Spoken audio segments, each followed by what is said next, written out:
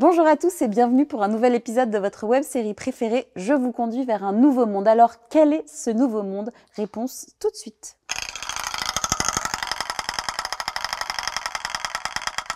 Il se trouve en Loire-Atlantique et on va boire plein de potions magiques. À tout de suite.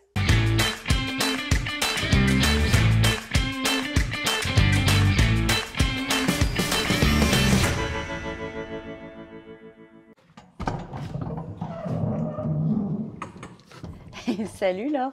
Salut. Il faut le vouloir pour entrer. Mais bienvenue dans ma navette. Merci. Je suis ravie de t'accueillir. Donc tu es Laure, tu es la fondatrice de BioM, Oui. Une marque d'infusion bio et made in France. C'est ça. C'est ça, j'ai tout bon. Oui. Donc c'est une entreprise qui est assez jeune finalement. Enfin, assez jeune finalement, ça fait déjà 3 ans. Oui, troisième année d'activité. Ouais.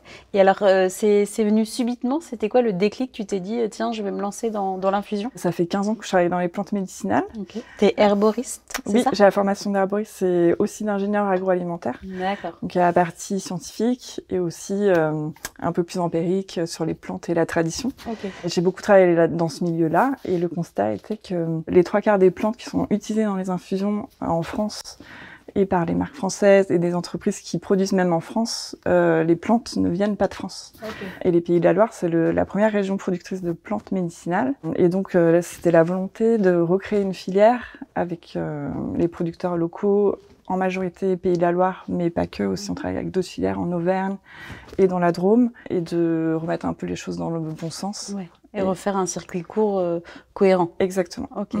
Et ça veut dire que tu travailles avec plusieurs producteurs et qu'ensuite vous composez ensemble des recettes? Oui, alors nous on travaille en direct avec les producteurs et plutôt avec des producteurs qui sont organisés en groupement. Donc qui partagent les infrastructures, le séchoir, la coupe. Et nous, on crée nos propres recettes avec notre savoir-faire d'herboriste, donc pour les propriétés médicinales avant tout. Mais aussi, on travaille, et ça c'est un peu notre spécificité, tout le plaisir des sens. Donc les goûts, les couleurs, les saveurs. Ouais. Et comme ça, on arrive à vraiment allier l'efficacité et le plaisir. Parce que tu disais médicinal, parce que chaque tisane que vous produisez tous ensemble a une vertu sur le corps, sur les... Oui, même celles qui sont axées très plaisir, avec du fruit, des épices. En fait, il y a toujours une action de la plante. Et c'est ce qu'on va chercher. Et la tisane, c'est le premier moyen de se soigner en phytothérapie, donc ça marche. C'est pas du marketing. Moi, quand je vois jambes lourdes, sommeil léger... Non, il y a toutes les études scientifiques qui sont derrière nos formules, et aussi toute la tradition historique sur laquelle on s'appuie. Et on arrive aussi à renouveler aussi le goût pour allier les deux, en fait. Parce que c'est vrai que j'imagine que quand tu es arrivée sur le marché en 2021, tu n'es pas la première à faire de l'infusion, donc il faut aussi se démarquer. C'était pas un peu niche de rentrer là-dedans? C'est un produit où il y a beaucoup d'offres déjà, mais sauf que nous, on arrive avec une spécificité où on apporte ce plaisir-là, ce plaisir des sens, en plus des propriétés. Et on va sur ouvrir les usages. Donc, on propose des recettes qui se font à froid et à chaud, qui se font dans de l'eau classique, mais aussi dans du lait. On va aussi ouvrir au niveau de la cible. On cible aussi les enfants, les hommes, les femmes. Donc, c'est cette créativité-là que... Finalement, tu es tout le temps dans l'innovation, alors que c'est pas forcément un sujet ou un domaine où tu pourrais dire, tiens, je vais innover, alors, avec finalement un savoir-faire très ancien. Oui, c'est ça. Parce que ça remonte à des siècles, voire des millénaires. Oui, on arrive à ramener, à revisiter finalement des usages un peu ancestraux, traditionnels, avec, en les twistant un petit peu, avec des fruits, des épices. Est-ce que c'est compliqué parce que souvent le bio est un peu retoqué, surtout en ce moment, il y a quelques polémiques. Comment tu arrives à coûte que coûte garder ta place et te rester engagé dans toute cette démarche et dans toutes ces valeurs qui te tiennent à cœur? C'est vrai qu'on n'avait pas identifié en fait ce un peu retour en arrière qu'on remarque aujourd'hui. Parce que quand on s'est lancé, c'était juste après l'après-Covid, donc il y avait un gros engouement pour le bio. On s'est fait porter par cette vague-là. Tant mieux. Et 3 ans après, on arrive à les polémiques qu'on voit aujourd'hui et à devoir réaffirmer l'intérêt du bio, nos valeurs. Et on ne s'attendait pas à cette remise en question d'acquis qui nous paraissait fondamentaux. Oui, finalement, qui était bien installé et tout est remis un peu à plat. Finalement, c'est dans tous les domaines qu'on observe ça. et faut maintenir ses positions. C'est pas simple tous les jours? Non, c'est pas simple. C'est beaucoup de travail, beaucoup d'engagement. Et aussi des choix d'entreprise qui sont moins faciles finalement. Mais c'est parfois des cibles faciles, ces entreprises qui sont droit dans leurs bottes et qui veulent pas s'asseoir sur leurs principes. Ouais. C'est ce qui fait aussi que vous êtes, je crois, dans plus de 600 points de vente. 1600. 1600. Oui, donc tu vois. En fait, je crois que peut-être on peut être un peu chahuté, remis en question, mais je pense que garder son cap et sa ligne de conduite, même si on est peut-être moins dans le développement que certaines autres entreprises, je pense qu'à terme, dans le côté durable, ça payera en fait. Ouais. Parce que tu t'engages pour demain aussi. Oui, c'est comme ça que tu as envie de déployer ton activité, c'est de dire je me projette dans un autre monde. Oui, on n'est pas là pour lever des fonds, faire de la croissance plus à tout prix. Nous, on voit plus loin et on préfère rester un peu petit et garder nos valeurs. On n'a pas besoin de créer une multinationale en fait. Non. Après, on a quand même envie de faire bouger les choses. Bien sûr. Et mais à ton échelle. C'est notre mission d'entreprise en fait, de ramener du sens, développer l'agriculture biologique, se soigner avec les plantes. Et tu vois une évolution dans la clientèle depuis 2021, dans même les fournisseurs. Est-ce que toi, tu es approché par des fournisseurs qui n'étaient pas du tout tentés par l'aventure au début ? Alors, depuis 2021, on voit que le marché bio, c'est de plus en plus dur, mais on soutient nos clients et ça reste notre réseau de distribution. Et après, on s'ouvre aussi à d'autres réseaux, mais donc on ne veut pas du tout aller en grande distribution, ça c'est sûr, c'est un choix. Vous êtes principalement distribué dans quel type d'endroits? Nous, on est en réseau spécialisé, donc magasin bio, épicerie fine, et puis un petit peu jardinerie. Ah oui. Et là, on vient de rentrer en pharmacie. C'est tout frais, ça fait 1 mois. Ça, c'est un super tremplin aussi, non? Oui. Pour justement ce pendant médicinal dont tu parlais. Oui, comme on a de la très bonne qualité de plantes, nos formules, elles sont efficaces. En plus, on a toute la caution des filières qui sont derrière nous. C'est sûr que la pharmacie sont venus à nous spontanément et c'est logique par rapport à nos produits. Et puis là, tu cibles carrément encore un autre type de clientèle, quoi. Parce que tu parlais des enfants, par exemple. C'est vrai que moi, j'ai des enfants. Je me dis pas, tiens, je vais leur faire une petite infusion parce que je sais pas, déjà, j'y pense même pas. Je trouve que c'est super chouette de pouvoir apporter ça et d'ouvrir un univers. Effectivement, en plus avec les couleurs, je vois, un enfant, c'est très marketing, donc ils vont se dire ouais, c'est joli. Et en fait, tu arrives aussi à leur faire quelque chose de bon et de sain. Oui, l'idée c'est que on est toutes les 3 mamans avec plusieurs enfants. Et c'est à la fois la boisson naturelle sans sucre qui est intéressante, l'initiation à la plante, et aussi ce petit rituel parent-enfant, ce petit moment de partage qui est sympa, et c'est ça qu'on a voulu emmener. Et tu nous as apporté une petite niche d'oiseaux. C'était un clin d'œil à quelque chose ou... Oui, alors ça c'est une petite caravane parce qu'en fait on est quand même sur une niche d'oiseaux, on est d'accord? Oui, aussi. Mais j'ai peur. On n'a pas mis encore d'oiseaux dedans. Mais en fait, nous on a une petite caravane qui nous suit pour nos événements et on s'appelle Bioème. Donc c'est l'idée de la bohème, de voyager un peu de manière minimaliste, proche de la nature. Et on connaît un peu ce qu'il y a chez nous, les plantes de chez nous, mais on aime bien aussi s'ouvrir à d'autres matières végétales. Par exemple, on a travaillé les algues sur l'infusion surf. Oui, c'est ça. Là, je voyais qu'il y avait de la laitue de mer. Oui, laitue de mer, qui est une algue qui est récoltée sur les côtes bretonnes, donc aussi en local, mais c'est une autre matière qui est intéressante, très minéralisante. Oui, puis tonique. Tu n'aurais pas forcément soupçonné qu'avec des algues, tu puisses faire de la tisane, en fait. Oui, c'est ça. Et on va essayer de chercher dans notre créativité d'autres matières qui peuvent être intéressantes en infusion. Rassure-moi, dans vos tests de recettes, parfois il y a des loupés, il y a des trucs un peu dégueux quand même, ou vous êtes toujours pile dans le bon... Pas dégueu, mais il y a des choses, on les garde pour nous, et des fois on les garde un petit moment, parce que des fois on est un peu trop en avance. Ok, ah oui. Et elles finissent par sortir. En avance parce que c'est trop précurseur pour les gens qui vont les boire, ou parce que tu as trop d'idées et ça foisonne? Les deux. En fait, par exemple, on a travaillé les écorces de fèves de cacao.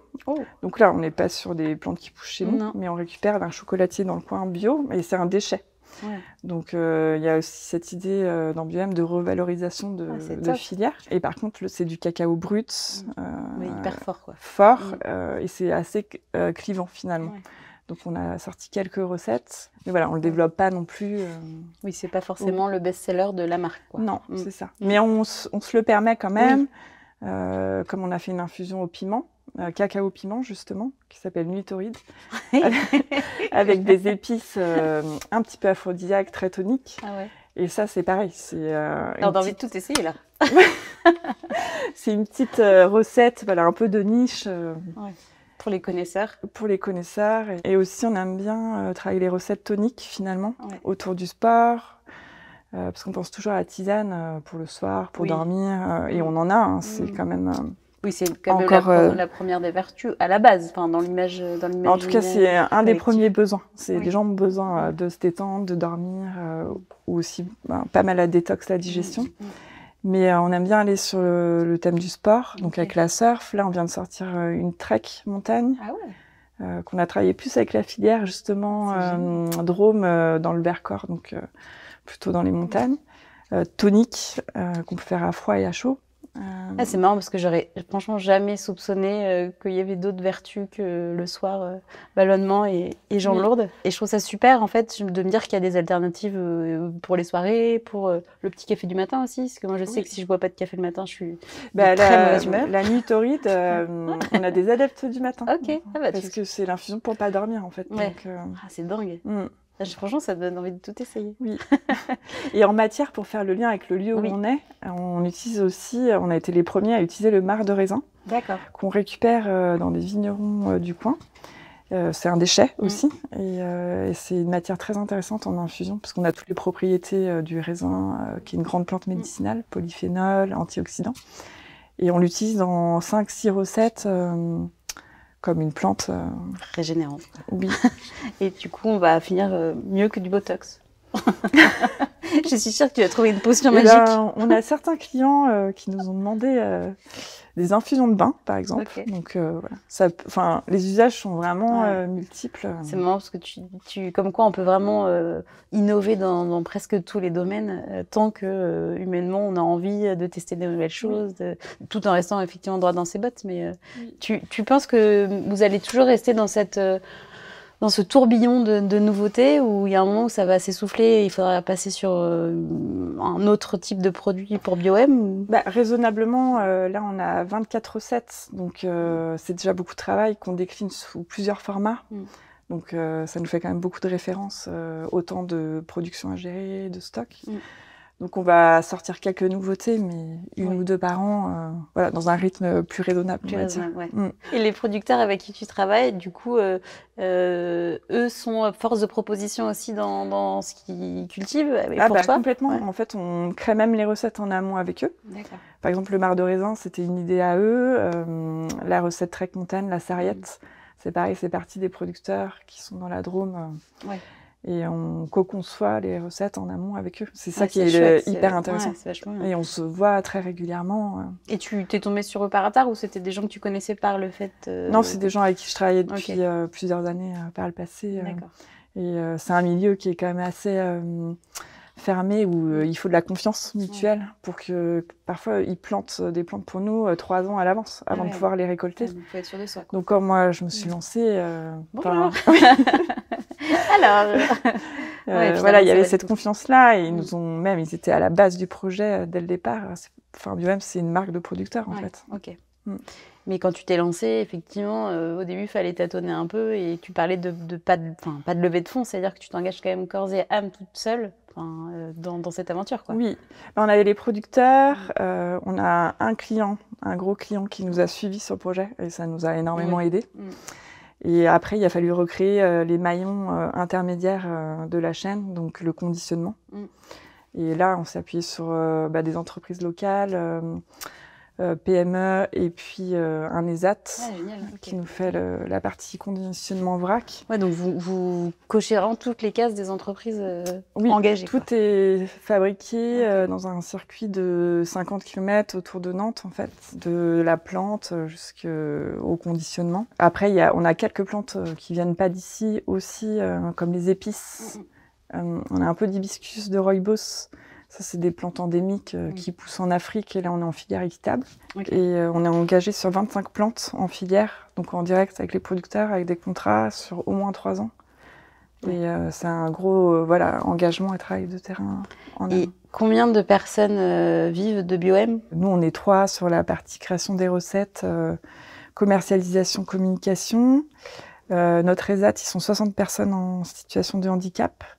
Okay. Notre sous-traitant, sur la partie infusette, ils sont 45. Et on a un entrepôt logistique aussi, où il y a 4 à 6 personnes. Oui, donc c'est quand même un écosystème qui est conséquent. Oui. Tu dois être quand même un peu fier d'avoir créé tout ça. Oui, on est hyper fiers et puis c'est surtout du plaisir tous les jours. Le format de notre émission en ce moment, c'est je vous conduis vers un nouveau monde, donc le monde de demain, le monde d'après.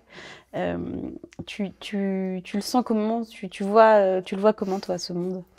Je pense que la clé, pour moi, c'est un peu l'agilité. Donc c'est pas forcément créer des grosses structures pyramidales qui sont un peu des paquebots à manœuvrer. C'est vraiment avoir des petites structures collaboratives où on est tous solidaires. Et c'est comme ça pour moi qu'on peut s'adapter le mieux à toutes les évolutions. Ouais, et les grosses contraintes qu'on va se prendre forcément. Donc pour moi c'est la base, cette agilité-là et cette solidarité. Mais t'es confiante? Dans le modèle Bioem, je suis confiante. Je serais moins confiante pour d'autres structures qui sont un peu trop lourdes à bouger, en fait. Ouais. Pour moi, elles sont vouées à disparaître. Si tu devais partir dans ce nouveau monde, est-ce qu'il y a un truc que tu emmènerais, un objet? Peut-être je partirais un peu sur les routes. Okay. À mon avis, je voyagerais léger, le minimum vital, mais justement dans cette notion de pouvoir bouger facilement. Donc, une caravane, quoi. Ouais, une caravane. Ça va, tranquille. Un camion. Pour dormir dedans. Ou alors, j'utilise beaucoup mon sac à dos et les tentes bivouac et ça c'est juste parfait. Il n'y a rien besoin de plus, en fait. Un grand merci pour ton accueil. Merci à vous. Et puis j'ai hâte, moi, de faire un test. Je te ferai un débrief de tout ce que j'ai préféré, mais j'ai ma petite idée en tête quand même. Okay. À bientôt. À bientôt. Et bonne continuation surtout.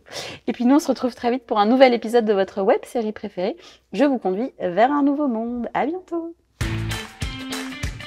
Je vous conduis vous a été présenté par le CIC Ouest.